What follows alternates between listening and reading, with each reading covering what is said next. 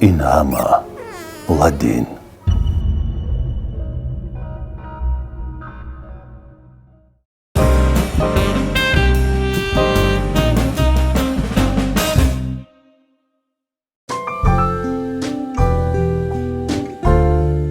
آب گل کاسنی این گیاه بهترین مداوا برای دیابت قند از طرف داروشناسان پذیرفته شده است. طعم کمی تلخ دارد ولی حالا آن را در شکل یک نوشابه راحت فضا و درمان بخش آماده کردند. غیر از دیابت قند آب گل کاسنی خارش پوست را نیز نیست می کند. به رقیق شوی خون و تازه کردن جگر کمک می رساند. در داروخانه ها و فروشگاه ها دسترس است.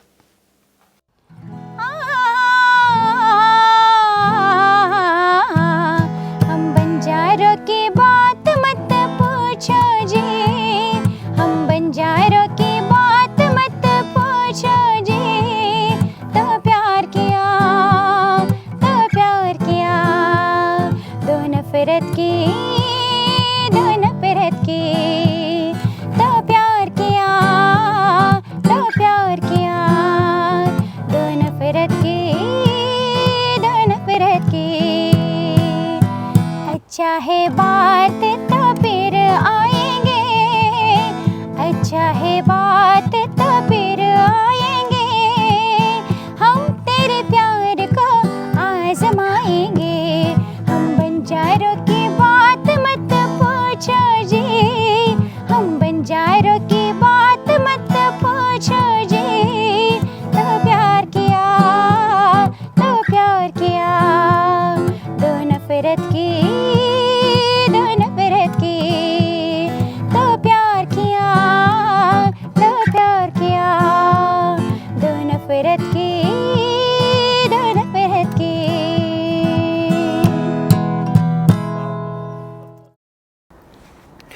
این صدا رو شنیدید؟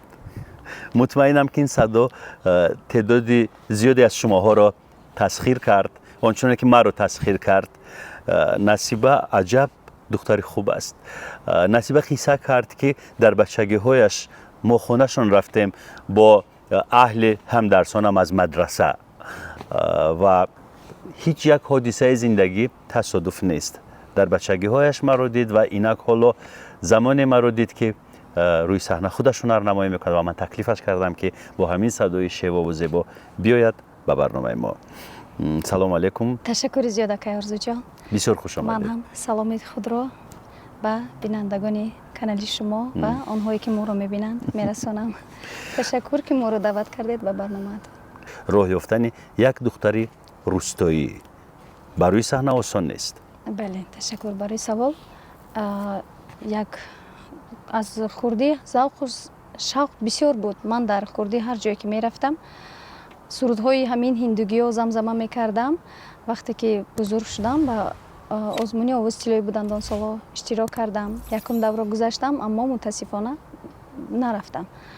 بعدا زندگی است، خیر فرزنددار اویله‌دار شدم. اکنون قسمت بود که من همین آوازخوان شوم. چیزی که اگر ذوق از خردی باشد آن البته که میبراید. من کالج طبی شهر کلوب را ختم کردم. عین حال در بیمارخانه به نامی که همه میشناسند یکم سویتسکی کار و فعالیت دارم. شکر عین حال هر دو کسب را در چی سبب شد گفتید در همون بیمارخانه من چاره‌بینی های آنها را میگذراندم. یکی از استاد من صاحب نظر سعیدов بودند که مرا با استاد محمد جان زیایف شناس کردند. همون سبب شد که راهی همین صنعت را به من نشان دادند، درس دادند. عین حال امروز من در بین مخلصان هستم. در کالج طبی شهر کلوب تحصیل کردید؟ بله. اونجا نیز به بلاغت رسیدی؟ نه، من اونجا زادگاه هم ناحیه واسع است. اونجا تولد شدم. لیکن از خردی در شهر کلان شدم. مکتب را همینجا ختم کردم. همینجا زندگی میکردیم. لیکن کالج طبی وقتی که شوهر کردم طرفی ناحیه واسع من شوهر کرده بودم. برای همین من کالج طبی کلوب را ختم کردم. از کدام دهکده واسع؟ نامشان بگو. بله. аз ноҳияи восе аз деҳаи тугарак. тугарак. Бале. ман аз тугарак як рафиқ дорам, исмаш Саттор аст. ба Саттор салом. саломат бошед. саломи моро ҳам агар мебинанд мерасонам. ин духтари тугаракӣ Тоҷикистонро девона кард. чӣ тавр аз тугарак монданд ки як духтар рӯи саҳна биёяд, чунки мардуми тугарак аслан шакли суннатии зиндагиро ихтиёр кардаанд. он ҷо духтар бояд калон шавад, чақон шавад, кордон шавад, пухтупаз, нонпазӣ, шустушӯ ҳамаро ёд бигираду зуд бо обрӯ шавҳар кунад, Бале. чодари арӯсӣ пӯшида биравад. бале бале ҳамин. бале чунон иққайд кардам. ман дар он ҷо дар ноҳияи восе таваллуд шудам, аммо хурд будам ки ба шаҳр омадем. мақсад ки аҳлу оила бибию бобоям дар он ҷо ки ҳастанд, мо меомадем ба шаҳр, аммо тобистон мерафтем ба деҳа. ман ҳама ин гуфтаҳои шуморо ҳамаро пухтупазу ин ҳама ҳунарҳоро ҳамаро аз он ҷо ёд гирифтам. бале вақте ки шавҳар кардам, боз дар хонаи шавҳар чуноне ки мегӯянд, боз ҳама инҳоро балад будам. шавҳар чӣ тавр шавҳар кардӣ? маҷбур доданд ё бо ишқу ҳол? На, маҷбурӣ набуд. ихтиёрӣ буд? падару модар хоҳиши чӣ тавр, яъне шумо ҳамдигарро надидед, интихоб на накардед? на на мо якдигарро пас ин маҷбурист? не маҷбурӣ набуд. чӣ албатта тавр? мо якдигарро бори аввал дидем, лекин Писанд кардед? бале падару модар ки розӣ буданд, ман ҳам розӣ шудам. не масалан дӯст доштед ҳамдигарро? вақте ки аввалин бор дидед тавонистед ки дӯст бидоред, ё падару модар интихоб карданд, гуфтанд ки як бор бибинед ҳамдигарро, баъд масъалаи тӯйро мебинем, ҳамин тавр? бале ҳодисаи он рӯзро ман нақл кунам, бовар кунед, ҳеҷ бовар чӣ шуд?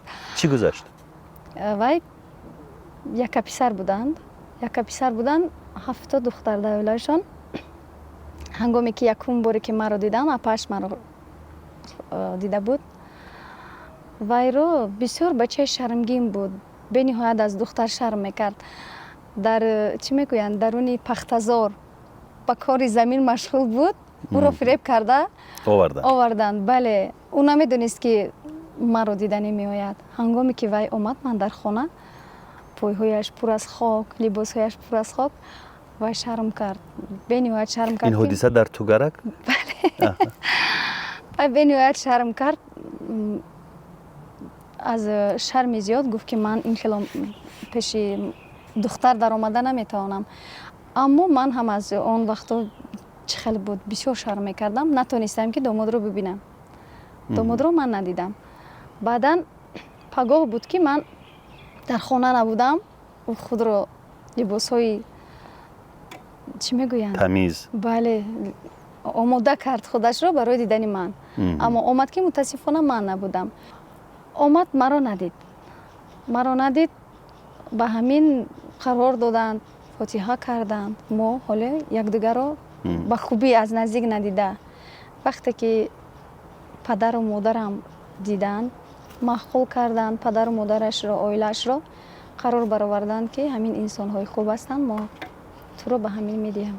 ман ҳам чизе ки падар мегуфтанд аз гапи падар намебарам. шумо ҳамдигарро надидед? ҳамдигарро мо дар рӯзи ЗАГС дидем, дар рӯзи аҳди никоҳ. бубин, ҳардуи шумо ҳамдигарро надидед? бале қарор бароварданд? бале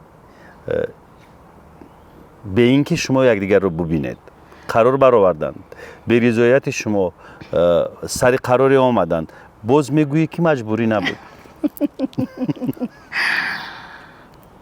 дар оилаи мо чунин буд ки чизе ки падару модар вай мекарданд, маъқул мекарданд, ҳамон мешуд. вақте ки падари ман розӣ буд, барое ки ман ягон нағз дида надоштам, дӯст дошта надоштам, лекин қисмат будасту ман ба ин ҷавон издивоҷ кардам. чанд сол бо ҳам зиндагӣ кардед? ё то ҳанӯз зиндагӣ мекунед? на 4 сол зиндагӣ кардем.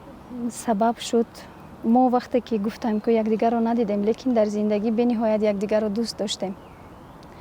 ман аввалин нафаре ки дӯст доштам шавҳарам буд. бениҳоят сахт ман онро дӯст доштам. қисмат шуд оилаҳои мо бо якдигар, яъне ки Сӯзиш модарҳоям накарданд? бале, модарам бо модари он кас камтар гапҳояшон гурехт. Сабаб шуд ва яка писар буд. барои ҳамин чизе ки модари вай мегуфт гап ҳамон буд. Сабаб шуд мо ҳарду ҷудо шудем. Ман ду писар дорам, шукр аз вай. лекин бениҳоят фоҷиаҳое омад бар сари мо ки ин ҷудоӣ ба ҳардуи мо зарари хеле сахт расонд. ҳардуи шумо намехостед ҷудо шавед? мо намехостем, на, ҳардуи мо намехостем ҷудо шавем. лекин зиндагӣ чунон будааст ки дар баъзан ҳолат маҷбур мешавӣ чизеро ки намехоҳӣ ҳамон корро мекунӣ. Ин писар ҳам ҳамон хел шуд. аз гапи дигар нафар, яъне ки ҷанги дигар нафар буду сабаби ҷудоии мо шуд. баъдан кӯшиш кард, хеле кӯшиш кард, шояд барои фарзандҳояш, шояд барои ман. хеле кӯшиш кард, даводав кард ки моро дубора зиндагиашро барқарор кунад. аммо аз тарси гапи мардуму ҳамин мардуми мо ки гапҳои ҳархела мегӯянд, ӯ хост пинҳонӣ маро гирад. ман дурӯғ гуфтан намехоҳам. пинҳонӣ гирифтанам як навъи дурӯғ аст. то ҳол ман ӯро дӯст медорам. то ҳол. аммо сабаб шуд ки вай аз намедонам аз фикри зиёд буд ё ин ки вай оиладор шуд. вайро зан доданд. ду фарзанди дигар аз он оила дорад. лекин ба ман пинҳонӣ менавишт, ба ман пинҳонӣ занг мезад. мехост фарзандояшро бубинад. хост пинҳонӣ ман аз нав зиндагиро бо вай барқарор кунам. лекин қисмат шуд ки вай аз дунё гузашт.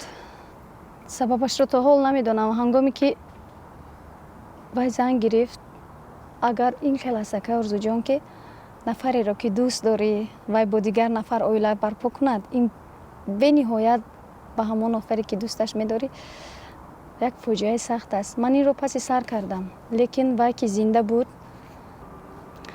ба ҳар ҳол ҳар куҷое буд, баъзан вақт садояшро мешунидам ё ин ки медидам, хурсанд мешудам ки вай ҳаст.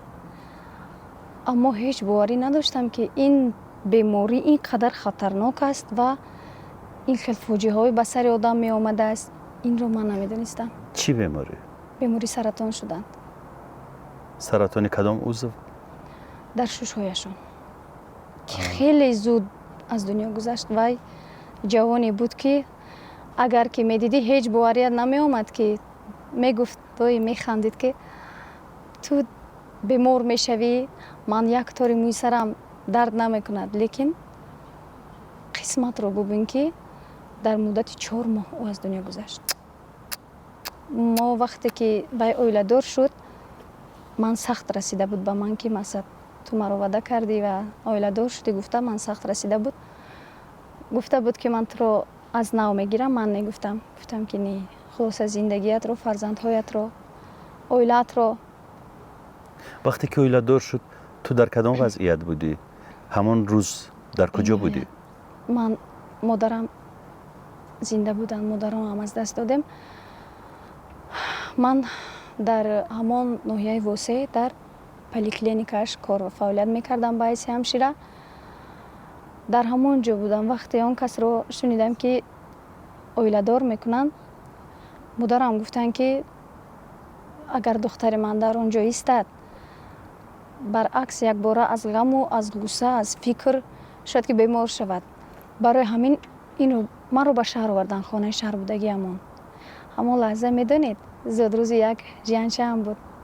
модарам зодрӯзро ба тамоми ҳастиаш карданд. ҳама хештаборонро фарёд карданд ки ман ҳис накунам ҳамон лаҳзае ки вай оиладор шудааст. ҳамон лаҳзаро ман ҳис накунам. лекин ба ҳар ҳол ҳама меҳмонҳо ҳаст, ҳама хурсандӣ дорад. лекин дили ман сиёҳ буд. бениҳоят як телефонаш накардӣ ҳамон шаб? кардам. бале кардам. чӣ гуфтӣ? ман гап назадам. писарҳоям хурд буданд. яке 3 сола буду, яке қариб 4 сола мешуданд. хурд буданд ва гапзаниҳорам баъзе ҳолат наметонистанд. ман занг задам, телефонҳоро ба писарҳояш додам. чӣ гуфт? ҳеҷ чиз нагуфт.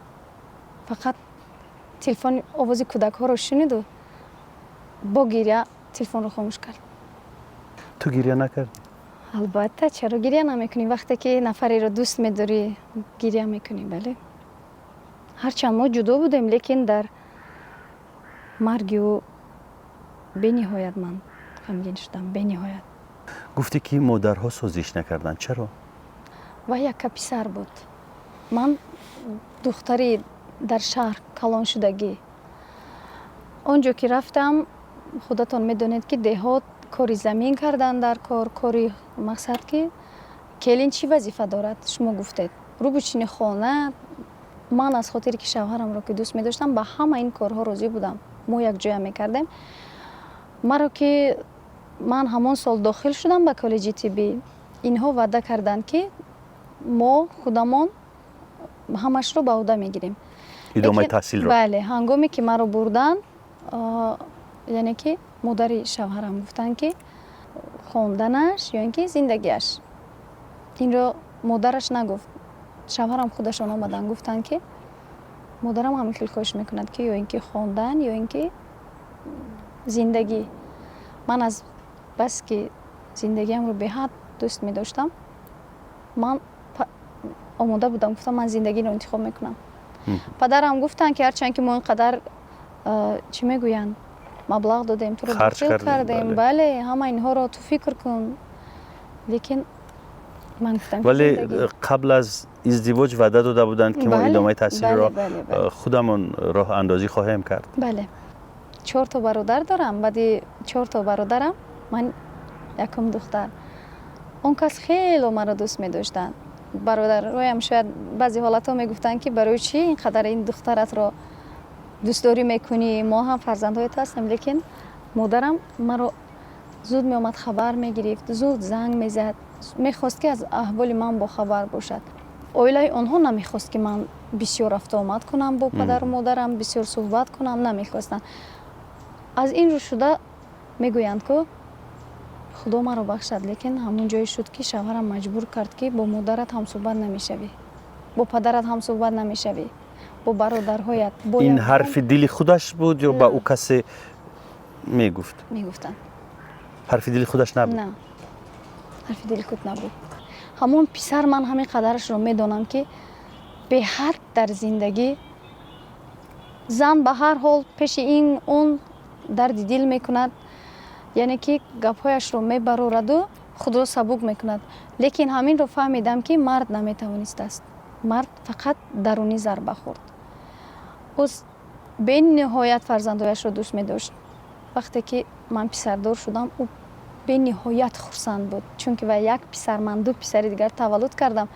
вай бениҳоят хурсанд буд. ҳангоме ки бо як кас одат мекунӣ, вай фарзанд аст. мо бесабаб як ҷудо шудем. модарам як умр дар фикри ман буд, ташвиш буд, гирья мекард ки ту зиндагият хуб нест. туро ман ҳарчанд мегуфтам ки на модарҷон, ман шавҳарамро дӯст медорам, ман ҳамаи ҳамин зиндагиро барои чӣ пушти сар мекунам ки ман шавҳарамро дӯст медорам, ман намехоҳам аз ин кас ҷудо шудан.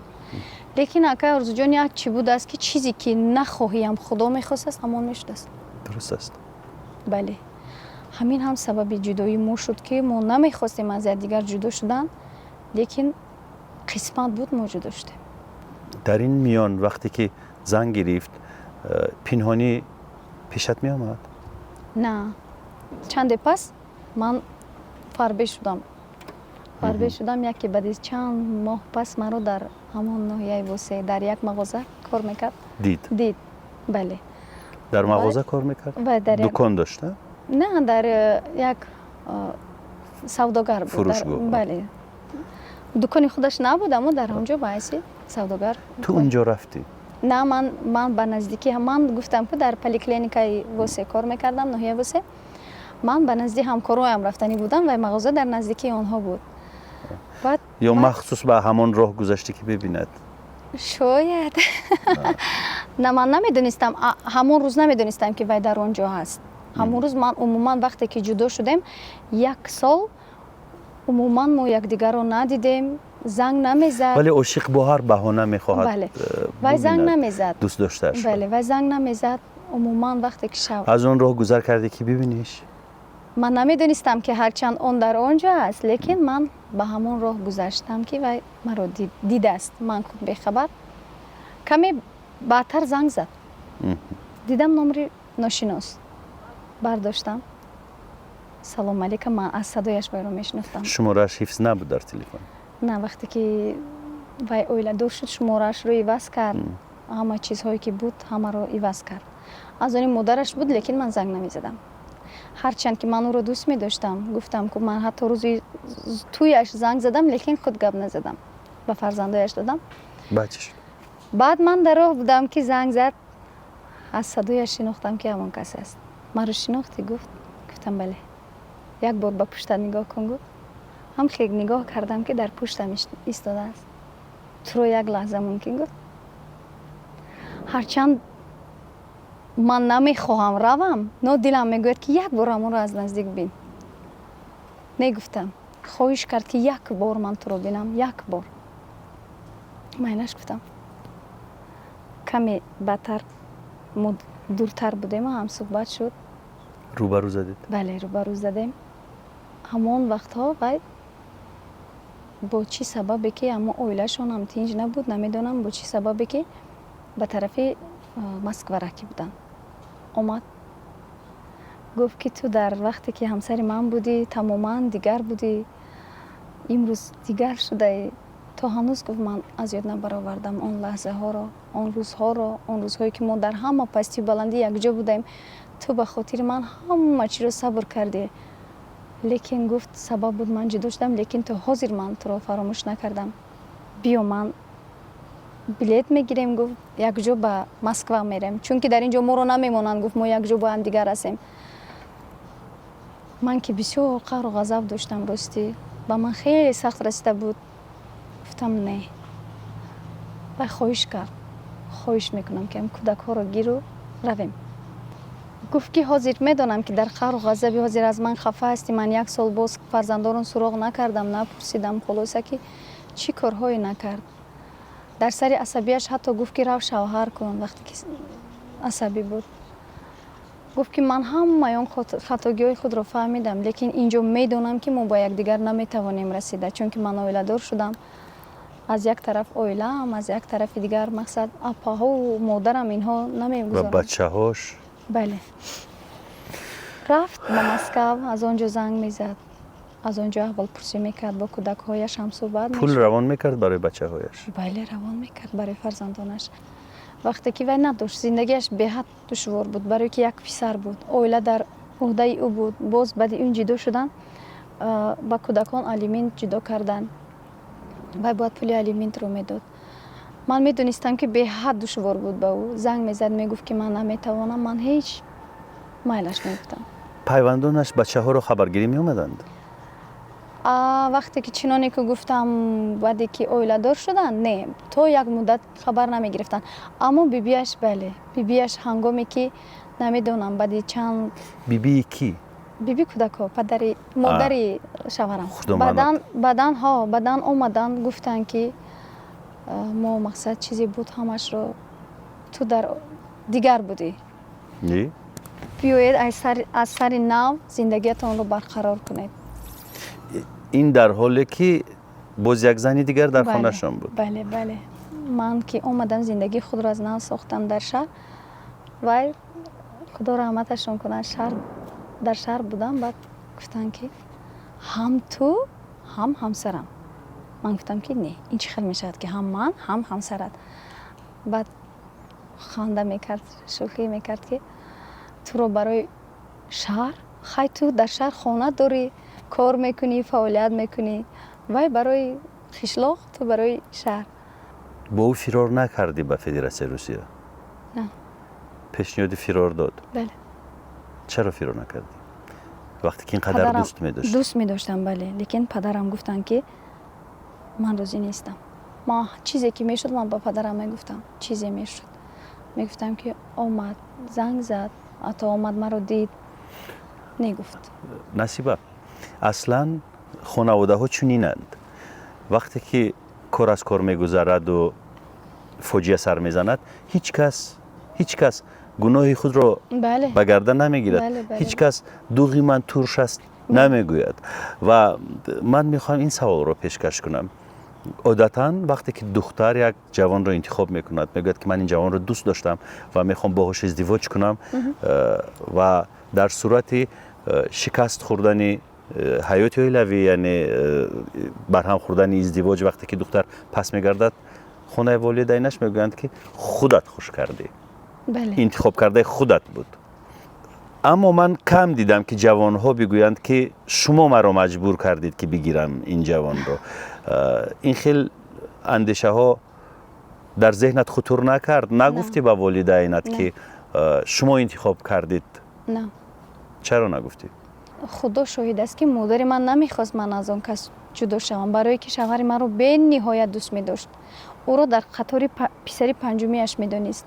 به نهایت او را دوست می‌داشت. میگفت که من میدونم که هر چی که وای میگوید این سخن‌های خود او نیست.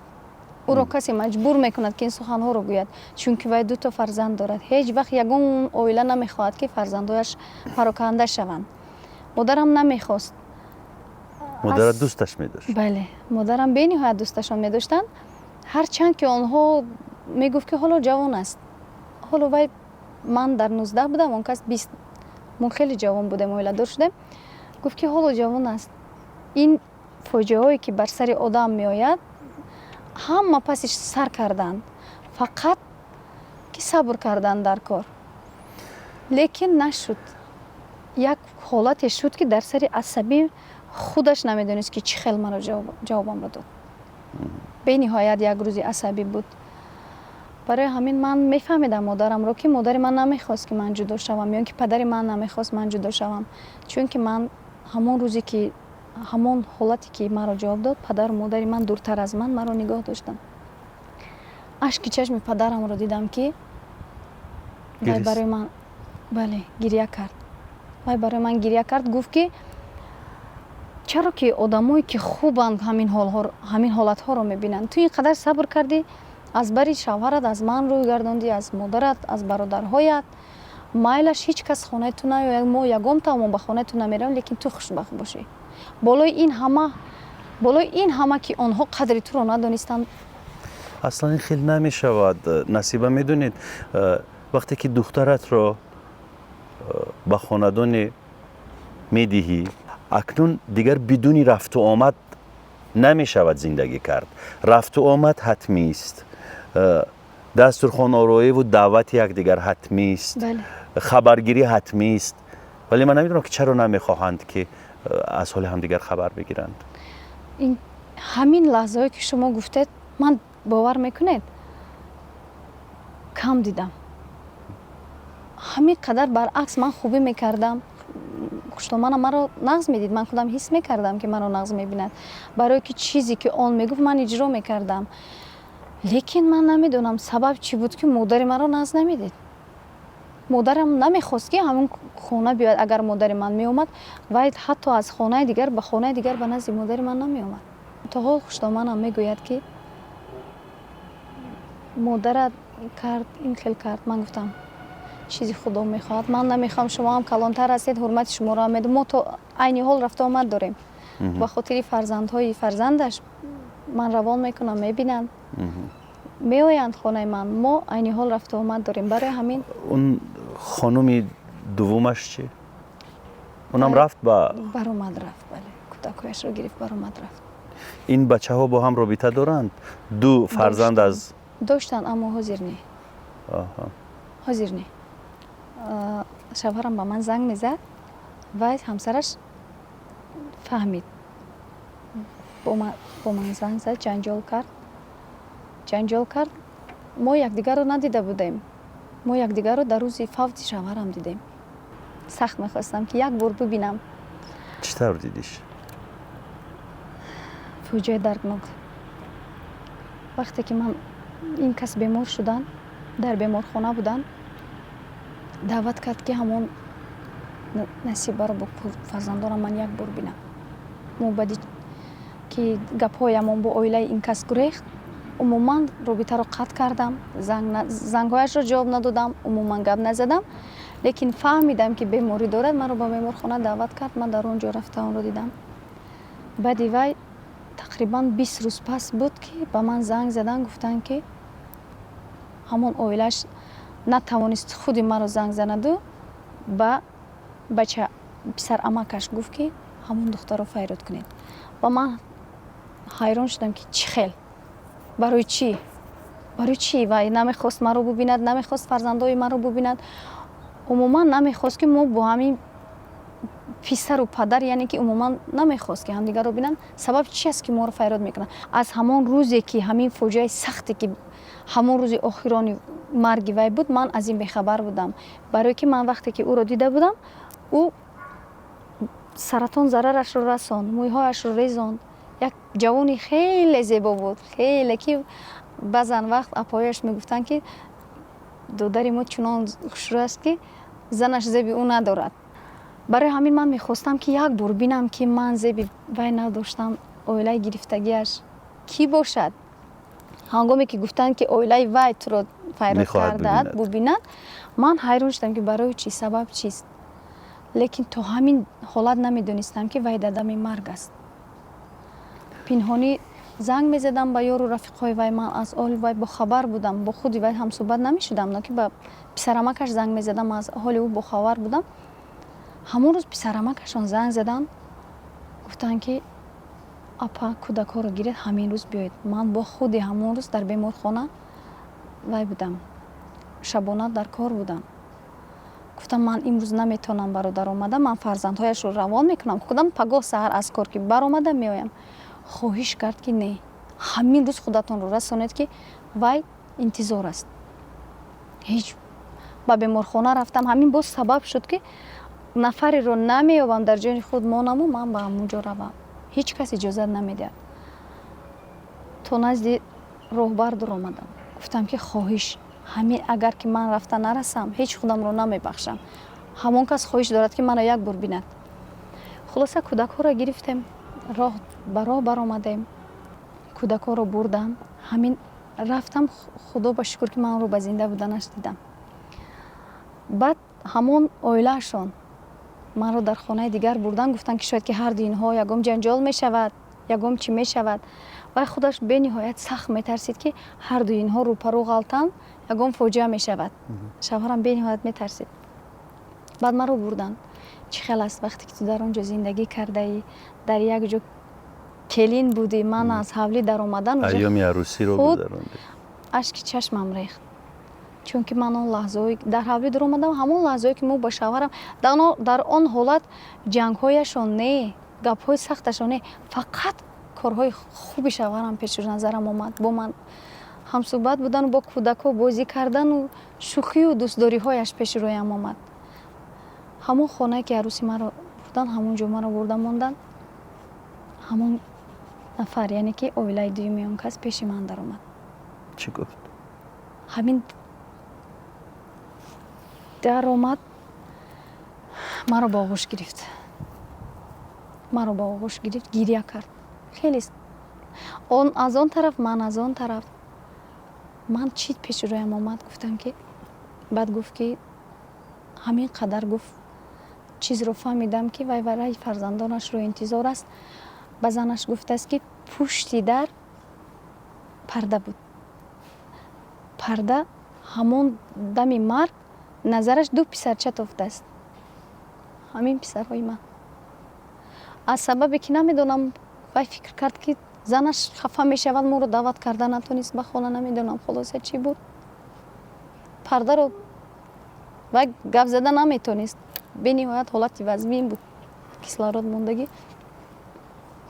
пардаро гуфт ба занаш бераҳа кун, писарҳо омадагӣ моненда роянд пеши ман. ҳамон лаҳза бениҳоят аламнок аст. омад маро ба оғӯш гирифт, гирья кард. гуфт ки на аз ту шуд, на аз ман. на аз ту шуд, на аз ман. то ҳол гуфт фарзандояшро дӯст медорад, рай фарзандояшро интизор буд. чанд бор хост ҷон диҳад, аммо натонист. хуб кардӣ омадӣ, гуфт ҳамон рай шуморо интизор аст. кӯдакҳо хурданд, ақлашон намегирад. ҳавли падарро диданд, хушҳолӣ дорам, мо хонаи бибиамон омадем, мо пеши падарамон омадем. гирия кард. модари оилаи шавҳарам омад. Он кас ҳамаро ба оғӯш гирифт.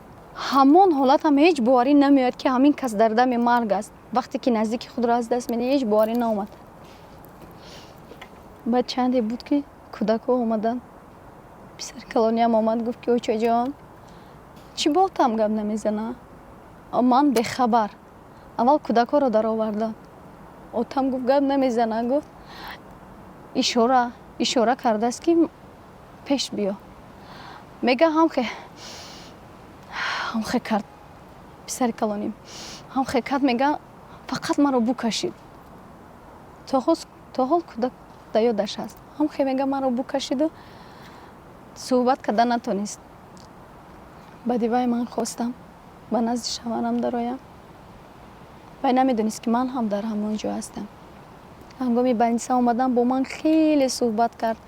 е ранге ки ҳис мекард ки маро насиҳат кард ки фарзандоро нигоҳ кун, фарзандоро ин хел кун. ман ба ту бисёр гуфт холатҳое кардам ки бояд намекардам, не ки хатоги бисёр кардам. вақте ки маро дар хона дид, мо ду нафар дар як ҷо, яъне ки ҳамсараш бо ман. ҳамхе бовар мекунед одаме ки бемор дар дами марг буд, ҳамхе чашмояшро кушод. ҳамхе кушод, маро дид. ҳамсуҳбат шуда наметонист, лекин бо дастонаш ишора кард ки ҳардуи инҳо ҷанг нашаванд. ҳамон лаҳза як алами, як гирияи талхноке омад ки гуфтам ки яъне ки дар ҳамин ҳолатам вай дар фикри мо аст. тинҷӣ. бале, тинҷ бошад. ман гуфтам каме ором шавад. одам бисёр буд, ҳавли бисёр одам буд. ба ҳамсараш гуфтам ки ҳозир ҳардуи мо каме баъд ба наздаш медароем. баъд ҳамсараш даромад пеш, гуфт ки ман ҷанҷол намекунам. ман худам Насибаро даъват кардам ки биёяду туро бибинад. яъне ки фарзандонро ман даъват кардам. ман ҷанҷол намекунам гуфт. каме баъд ман ӯро дидам, ӯ маро дид. ҳамон лаҳзаи охирон маро ба хонаи амакаш бурданд. он ҷо меҳмонҳо бисёр буд. бовар мекунед ака Арзу, то саҳар маро хоб набурд. намедонам барои чӣ. ҳамин то саҳар фақат корҳоямон пеши рӯи ман омад.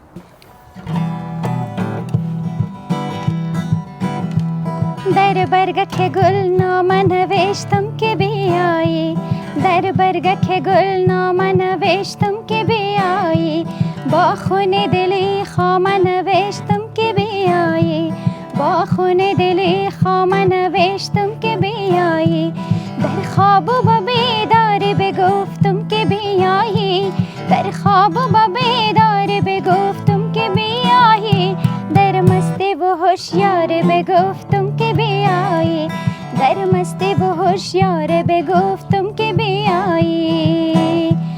ای باز بیا یاری هوس، باز بیا باز، ای باز بیا یاری هوس، باز بیا باز، با اسب سفید از ره درواز بیا باز، با اسب سفید از ره درواز بیا باز. як суол, ба хонуми дуввумаш дилат сӯхт? албатта, чаро не.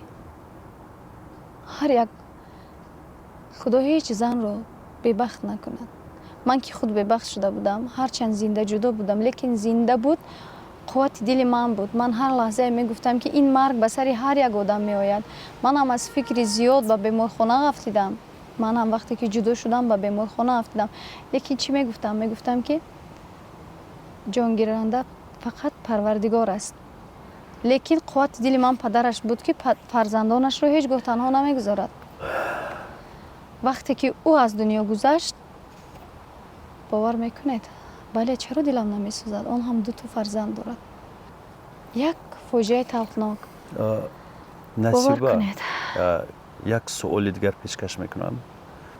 ман хеле мехостам имрӯз Насиба дар хусуси корҳои эҷодият ин чизҳо ҳарф бизанем, вале на, биёед ин суҳбатро мисли як рандеву мекунем. имрӯз баъди ин қиссаи талх, ин قصه جانسوز. من دیگر یاروی پرسیدنی چیزی رو ندارم. خیریت که قبل از شروع صحبت ما ترانه ها رو ثبت کردیم. صحبتی که اینجا بود، قصه که اینجا در میان گذاشتیم با همین ختم می شود و همین آینده های نزدیک در خصوص آن که بعد مرگ شوهر چگونه روی پاوای راست ایستاد و زندگی را ساخت، این رو در برنامه بعدی ما حتما پیشکش شما میکنیم. ولی یک سوال مهم در اول وقتی که من راجع به زندگی و حیات اویلوی سوال دادم، نصیبه گفت که من شوهرم رو خیلی دوست می داشتم، به نهایت دوست می داشتم و حالا هم دوست می دارم. از گذشتنش چند سال شد؟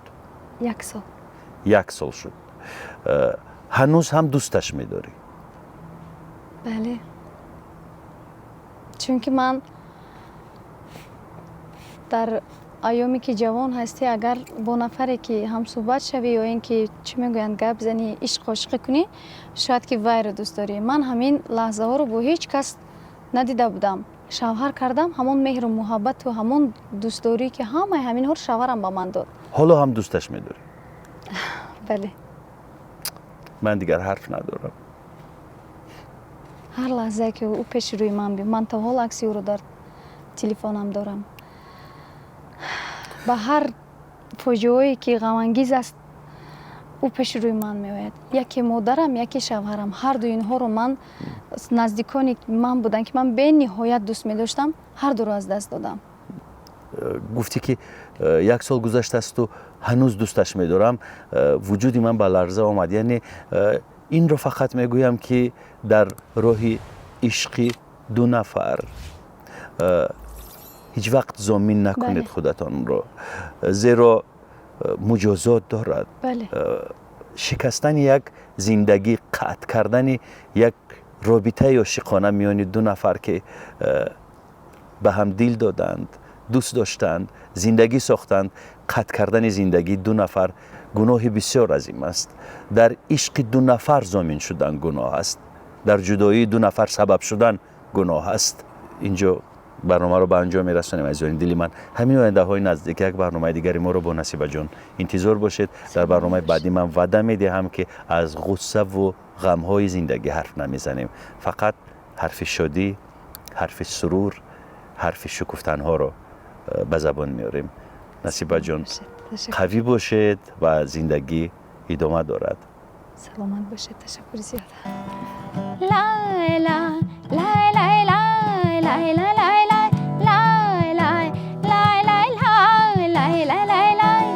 با لبخندیدنات دلار بردنات، با یک نگاه سزاندنات، با لبخندیدنات دلار بردنات، با یک نگاه سزاندنات. میدانی عاشقت هستم، میگریزی از من زار.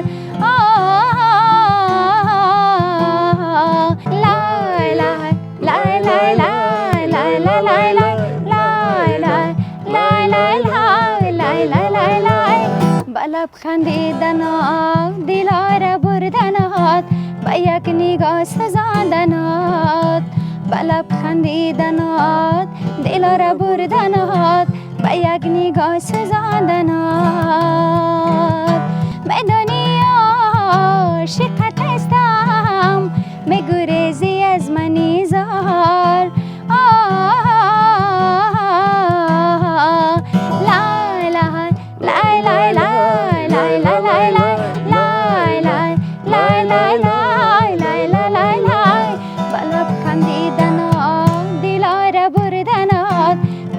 نگاه سزاندنات، با لبخندیدنات دلار بردنات، با یک نگاه سزاندنات. چه بینالم من ز تقدیر که تو را مهر به من نیست.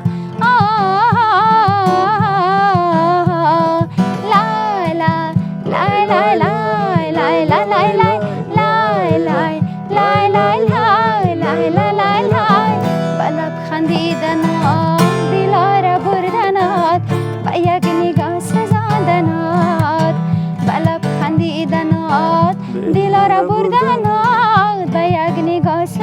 خواندن